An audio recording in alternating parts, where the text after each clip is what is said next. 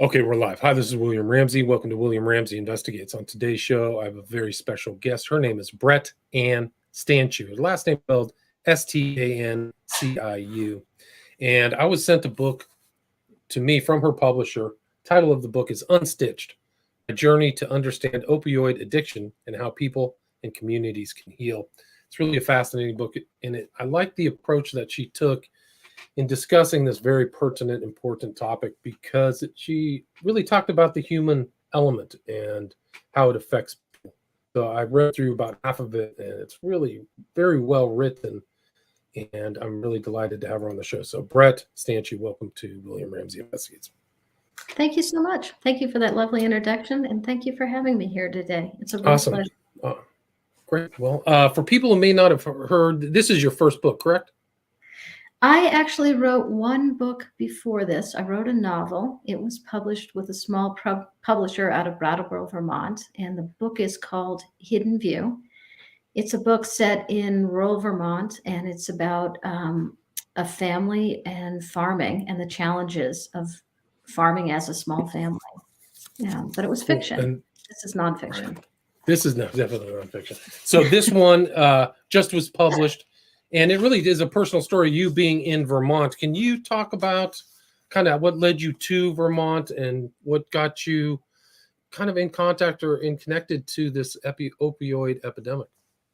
Sure. That's a great question. And it's a bit of a complicated question as well, too.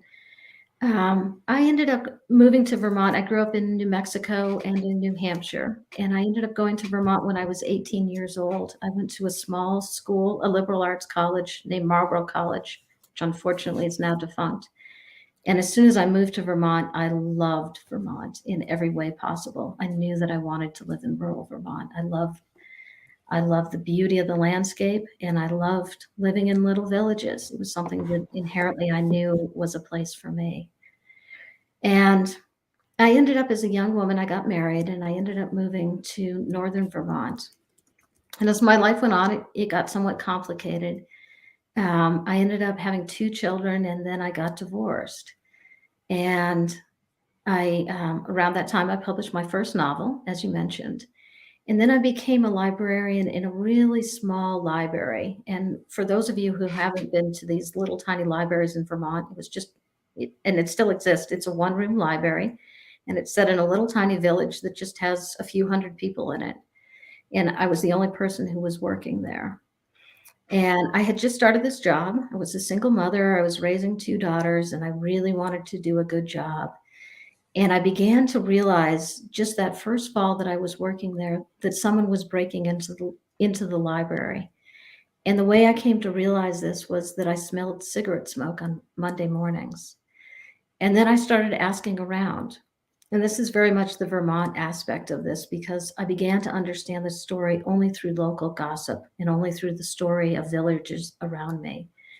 And I began to realize that a man was breaking in after hours, and he wasn't really stealing anything. He stole a little tiny bit of money, but really he just wanted to be in the library.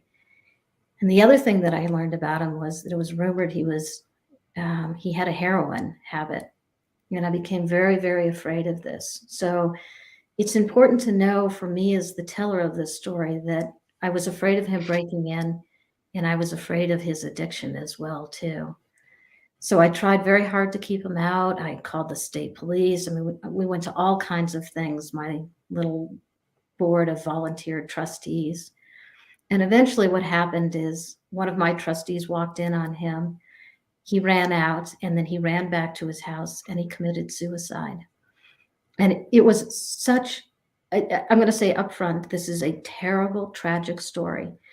And the book is not really about him. It's about what happened after he died, because it was one of these rare moments in someone's life. It was a moment where I was just stunned, and where I forced myself to just stop my life completely and say, what have I done? What have I done in this scenario? And from there, I began asking a bunch of questions. And so the first thing that for me was really important was I never reached out to this man. I never knew him. I just treated him as a rumor, and I treated him just as a heroin addict. But I myself had struggled with an addiction as well, and I had a lot of stigma against him, although I shouldn't have. I knew what it was like to struggle with an addiction. So for me, then, I felt compelled to write because I am a writer, and that's how I understand the world. But I felt compelled to do two things: to really try to understand the opioid crisis, and it is a crisis now, but also to really understand my own story and how I was a piece of that story and what I brought to it. So it's those two stories that end up braided together in this book, Unstitched. Right. And you really had a first person account in a very small town. I think you're outside of Montpellier, right? In That's correct. Vermont. Yep. And still, some people may think it's a big city issue, but it still pervades. There's a lot of usage and using, even in kind of the rural parts of the United States, correct? Oh, without a doubt. And this is one of the very unpretty and unattractive parts of it, certainly at least rural Vermont, where I live. I would say that there's a significant addiction problem. And it's a part of Vermont that we don't really like to acknowledge. But for instance, if you work in the school system at all, I'm a school board member as well, too. You really realize that the fingers of addiction go all through society. And once I started reaching out and talking to people, because I interviewed all kinds of people for this book, I began to realize in a painful way, like how deeply addiction touched people, whether they themselves had an addiction, whether they had a family member, whether they were involved in it professionally as an EMT, as a medical worker. And this one man's death in this little town, I mean, this is a little town with not even a store in it. It just has a post office, right?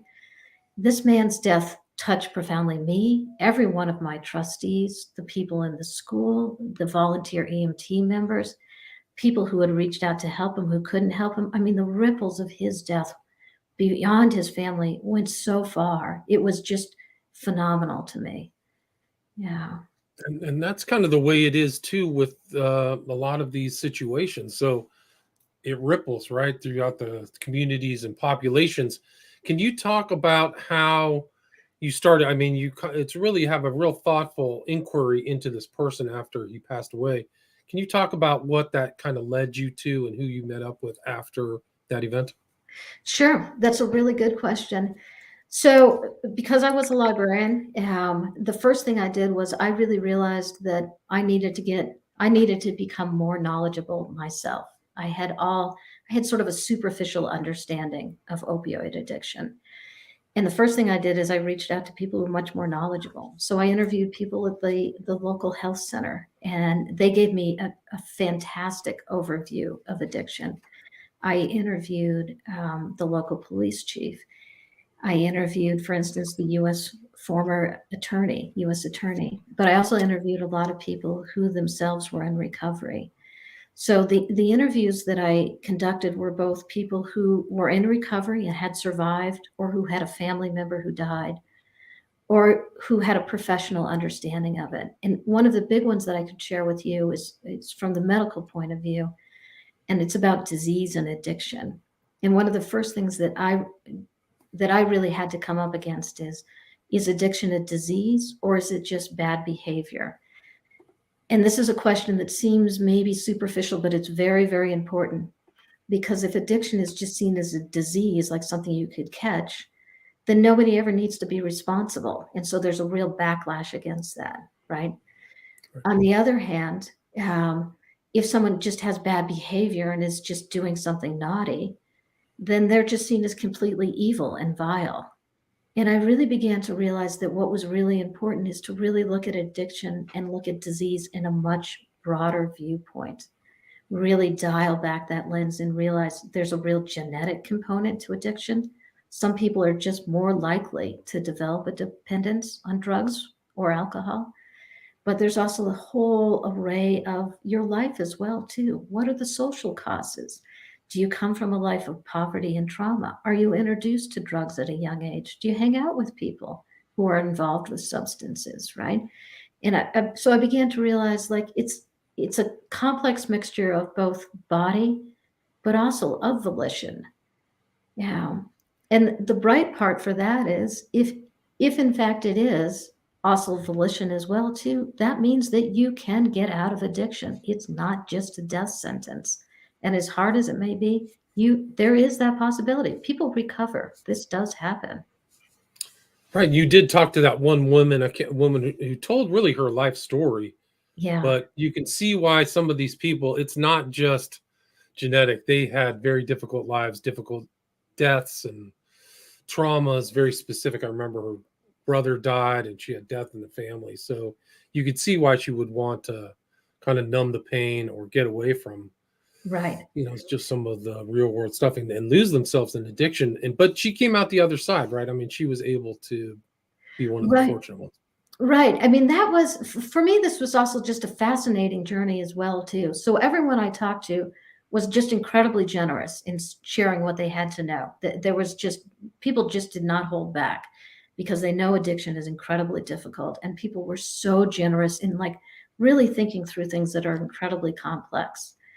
So if I could talk about like two different people who I interviewed. So there's Shauna Shepherd, who you were referring to, who was born into a life that was just so difficult in so many ways. She had two brothers who died. I mean, she was born into a life that was just so painful to me.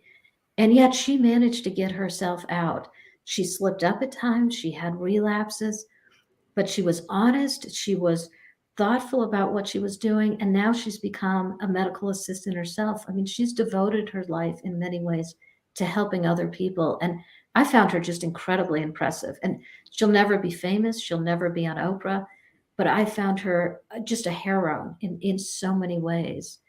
And so she fits into that sort of social um, background of poverty, of trauma. That is definitely, she's typical of that, although she's atypical of how wonderfully she's dealt with things. And then another interview I did was towards the end of the book was from Sam McDowell, who was from a very upper middle class home and just kind of didn't have any trauma in his family, right? Had some addiction, but had kind of a normal life, wasn't a victim of racism, but he just kind of drifted into addiction and drifted into it. The people he hung out with used a lot of drugs and developed a terrible, terrible addiction. And that was one of the things that really struck me is if you get addicted to opioids, it's really, really hard to get off them. I mean, it is so difficult. And he even ended up dealing drugs. And at one point, I'm like, Sam, how did an upper middle class kid like you, with every advantage at your hands, end up running drugs down to New York City back to rural Vermont? And he's like, I just drifted into it without even really thinking about it. So that's a different way that people end up in addiction. So there's never like just cookie cutters how people end up in their lives because we're very complex people. Right.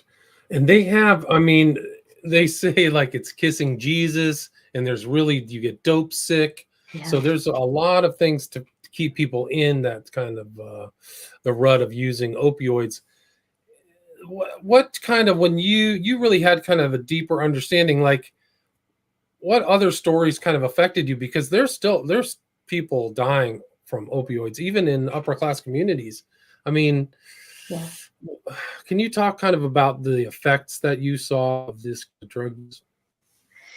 Yeah. So on a number of levels, it's an interesting question. So, of course, like everyone else, people are not individuals. We like to think of ourselves as individuals, but we're tied up in the whole social landscape that we live in. So our actions inevitably affect other people. Um, so, for instance, if you develop an addiction in one way or another, you're going to profoundly affect your family. You're going to affect your friends. But there's all kinds of other layers that we see. Like, for instance, I'll just give an example in rural Vermont, a rise in crime, right? So, opioids, just by the nature of them, they're both legal and illegal. At a certain point, often for people, those lines are crossed in many ways, right? You end up with an addiction, you end up inevitably lying, you end up breaking the rules, bending things. And what goes along with that is a real rise in crime. And a rise in crime tends to destroy social structure in one way or another. Um, So it wasn't that long ago in rural Vermont, people really never locked their doors, right? But now there's a rise in petty theft. There's a And rise that in happened to you, right? It happened to you specifically. it happened to me specifically. Yes. So my house was robbed several times. In fact, tires were stolen. It was something that made me really angry. There was nothing that really could be done about that. But that tends to rip your when you're robbed, it's a terrible feeling. It rips your trust in the society that you're in, without a doubt. Yeah. Right. That's So one way. there's right Yeah. crime, family breakup, all kinds of family problems are associated with opioid use, right?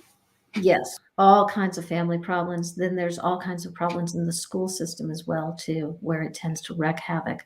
The school system inevitably, and I don't really talk about this in my book to a great extent, but inevitably the school system becomes sort of the social worker catch-all, because one way or another the school system has to deal with kids in need. Yeah. Right. So there's neglect, parental neglect of the kids who are, offspring. The consequences are very profound. Just for one opioid user. Just So I think the important thing to really, what I write about in my book a lot is I'm really trying to understand stigma and the stigma that we bring to addiction, whether it's a good thing or a bad thing. And that's a complicated thing. And in the end, about addiction, I think it's important to understand that when you're in the throes of an addiction, it's almost as though there's a veil around you where you lose all sense of rationality, you lose all sense of compassion. Inevitably, you end up in service to that addiction. And in this book, I share my own struggles with addiction and with alcohol and how I went down that path as well. And the reason, initially, I was very, very reluctant to write about my own struggles because that's very painful. It's a source of enormous shame for me. But I really wanted to put that in the book because I didn't want my book to be a finger pointing sort of book and say, if you're using opioids or if you have an addiction, you're a bad person. I wanted to share my struggle because at this point I'm clean and I intend to remain clean until I die. But I know that no one ever intends to develop an addiction. And I know that everyone who's in the throes of an addiction in one way or another wants to get out. The question is, how do we help people get out? And that was one of right. the questions that I ask in the book and pose. Right. And I mean, there's a lot of, you have to, I think one of the people who was in the book, you state she didn't want to get out. It took a certain point to come to that other side Oh where, my God. I'll just say up front, when you're in the addiction it's described as a beast. It should really be described as just the most awful, terrible beast imaginable. And I know people who have tried. I mean, one of the people I wrote about, he tried 20 times, 20 different rehabs to get out, right? I wrote about a family whose daughter died. They sent her to over 20 rehabs at an enormous cost to them. She didn't get out. It's very, very difficult to get out of addiction. And part of it is there's a real chemical component, a real body component, right? So when you talk about people getting dope sick, being unable to just physically withdraw, that's a real thing. There's a real physical component. The other thing is if you've had an addiction for a while and attempting to become sober, you have to completely rewrite your life, like totally rewrite your life, because your former life, everything triggers you to addiction. You're in that addiction. And so when I became sober, I had to change so many parts of my life. I left my marriage. I got a new job. There were stores that I never went to. I sold my house, moved to another place. And this happens routinely for people because you're starting a new life. It is that difficult. But on the other hand, you're starting a life that's like, it's brand new. It's a life that can be a creative and fulfilling life where you're no longer in bondage to an addiction. But we should never underestimate the complexity of that and really have sympathy for people who are struggling. it really is a form of bondage, right? I mean, they're really controlled. It's a stronghold you can't get out of. People want to leave, but it's also a lifestyle. Like you said, it's probably the same with any addiction. That is that they become in their own friends of circles, their own routines, the using routine. And Yeah. you just have to. Yeah. You know, there's a line, I forget what the movie is, and maybe you would know. There's a line in it that says, seemed like a good idea at the time, right? So, of course, addiction is really a demon that way. It is, it's euphoria when you first begin. It's very seductive, right? And for many, many people use drugs or alcohol in ways that are not, that did not develop full-blown addictions, right? So many people drink a glass of wine or two glasses of wine, and for them, it's a lovely and wonderful experience, right? You know, and that may be part of a regular, normal life for many, many people, right? But for people who go down the path of addiction, there's that initial euphoria, that initial seduction where it seems like this is the most wonderful thing in the world, particularly if your life is painful. And everybody's life goes through painful periods. There's no question about that. And so it happens often very slowly, right? Where, and for me, it happened very slowly, where, you know, I started out as just a regular person. Alcohol was just part of our life. And then, but it slowly progressed. It became more and more and more. And there's never often like a clear cut line where all of a sudden alcohol or drugs are the most important thing to you rather than things you once loved very deeply in your life. And I think that's one of the hardest and trickiest things for people. Yeah, there is a real component of pain associated with life in general, but also with getting into drugs and getting out. Would you agree with that? I would absolutely agree with that. And I would agree with it from my own experience. Yeah. So when I hit the more challenging parts of my life, I leaned on alcohol because to me it seemed like it wasn't even a conscious decision. It was just something that I felt I needed at that time. It was a way of sort of smoothing off the edges of my life, right? I certainly never set out to say, hey, I'm going to become an alcoholic and a mother. It just doesn't work that way, right? I set out to become a mother, right? And so this is part of the demon of addiction where you're seduced this way, then you're wrapped in this sort of fog. And so the tipping point for people, you know, it's brought up as sort of rock bottom. Well, what is rock bottom, right? Where do you hit that point where all of a sudden it's like, hey, am I really going to make a change in my life or not? Right.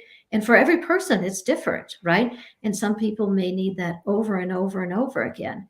I write about one man where he realized he was going to go to jail. For him, it was that tipping point.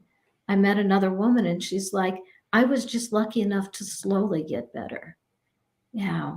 So it's different for everybody. Different, right? What's that end point? I just had somebody close to my family who was in that routine all the way up and died of an overdose in his 50s. But he had been through the entire process from Yeah. his teens to that time, in and out of rehab, working for rehabs, Yeah. falling off the wagon, Yeah. and it consumed his whole life. And it's kind of a sad. The way he ended was very sad. So it wasn't Yeah. an opioid addiction; it was definitely a drug addiction, but he didn't get that one point where like I am completely done. I'm never going to go back to this again. And some people make it and some don't.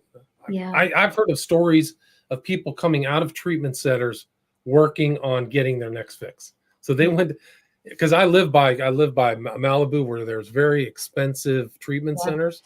Yeah. The stories are unbelievable. Like you're leaving something for $10,000 a week and you're going to go use in downtown LA. So it's Yeah. very powerful. This opioid draw is really powerful. And so that was this was also a very, first of all, I'm sorry for the loss of your family. I'm sorry for anyone who was stuck in this Thank you. by any means. And it's ubiquitous. But that doesn't mean that for everyone who goes through it or who has a family member go through it, it doesn't diminish that pain in any way at all. Yeah. I think it's really important to note when I first started writing, I was like, I'm just going to write about opioids. But I really realized the problem is really addiction. And whether it's alcohol addiction or opioid addiction, these all work differently. Heroin is a much different addiction, maybe than an alcohol addiction, but the problem really is addiction. And we should really have a lot of sympathy all the way around for that. And there's no end of terrible toxic substances here.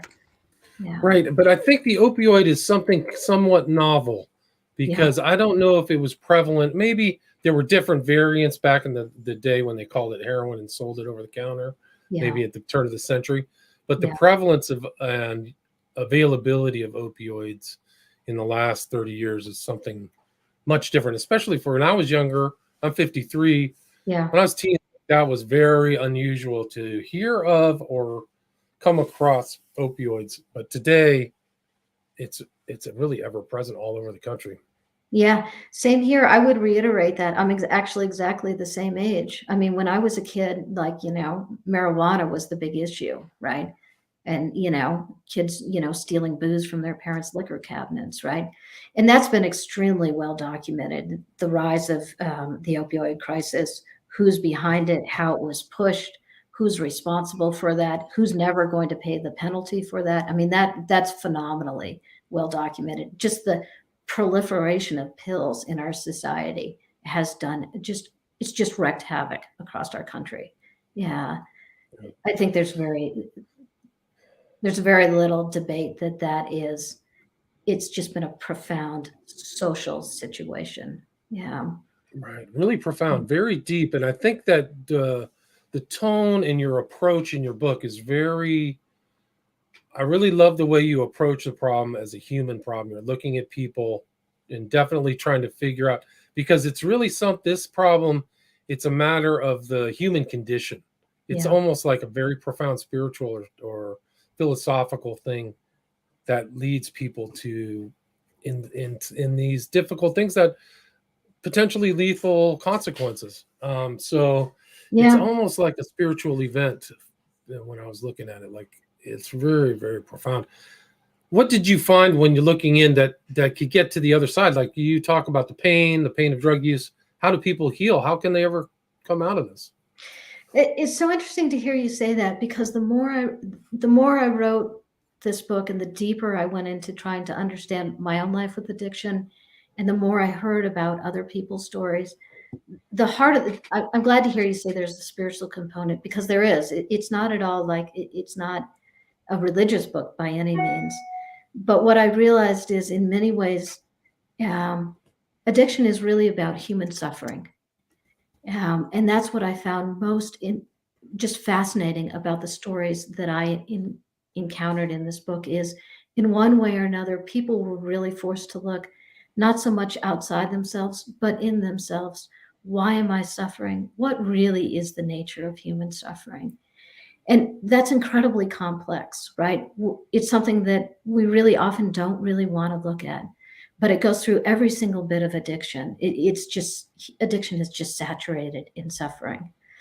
But the flip side of that is the other side of suffering is there's a light out of suffering. It's not, addiction can seem as though it's just blackness, as though it's just a void that you will never, ever get out of. But people do get out of it. And you hear people talk about, as I've experienced myself, the light that takes you out. And I don't mean necessarily, and it may be for some people where they have a religious experience. But what I mean is, when you start to move out of addiction, you do realize that addiction can fade. And what I began to understand as I wrote the book is, the way out for people often is, there's someone on the other side for them. There's one particular reason at least, why someone chooses finally to maintain sobriety. And for me, it was my daughters. If I didn't have my daughters, there would be no reason for me to have gotten sober. And it doesn't have to be anything big. It doesn't have to be anything earth-shaking, but it has to be someone on the other side or something on the other side that pulls you out of it. I think that's the most powerful part. I think rehab, I think medication assisted treatment, I think support all the way around is enormously important.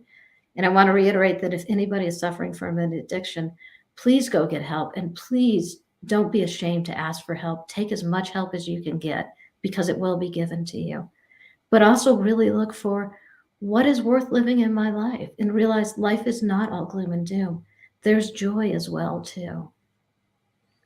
What I found also, like, I've known people who have used heavy drugs, and people think that they're partiers or happy. They're in suffering. I've seen a lot of people, they're in a lot of, even so, like, the concept of a drug user as somebody who's trying to just party it up. And in my experience, a lot of times that's false. They are trying to cover up very profound human suffering, personal suffering. I found that's I really what's. would completely agree with that. And I would also say again, remember there are also just stages that people descend into addiction as well too. So like you can party hardy in your 20s, and not then maybe just move on. A lot of people do that and then just move on and don't develop an addiction, right? But at some point that slips into something else where all of a sudden, like for instance, for me, at the end of my period when I was drinking the hardest, I didn't dream anymore. The only thing that I dreamed about was alcohol. Everything else had been stripped from my life. And now I live a very, very different life. And there are solutions. Like you mentioned a drug that minimizes the effects of opioids. Yes. So there's treatments that people can definitely go through, right? Oh, yes, and many of these treatments work very, very well for people.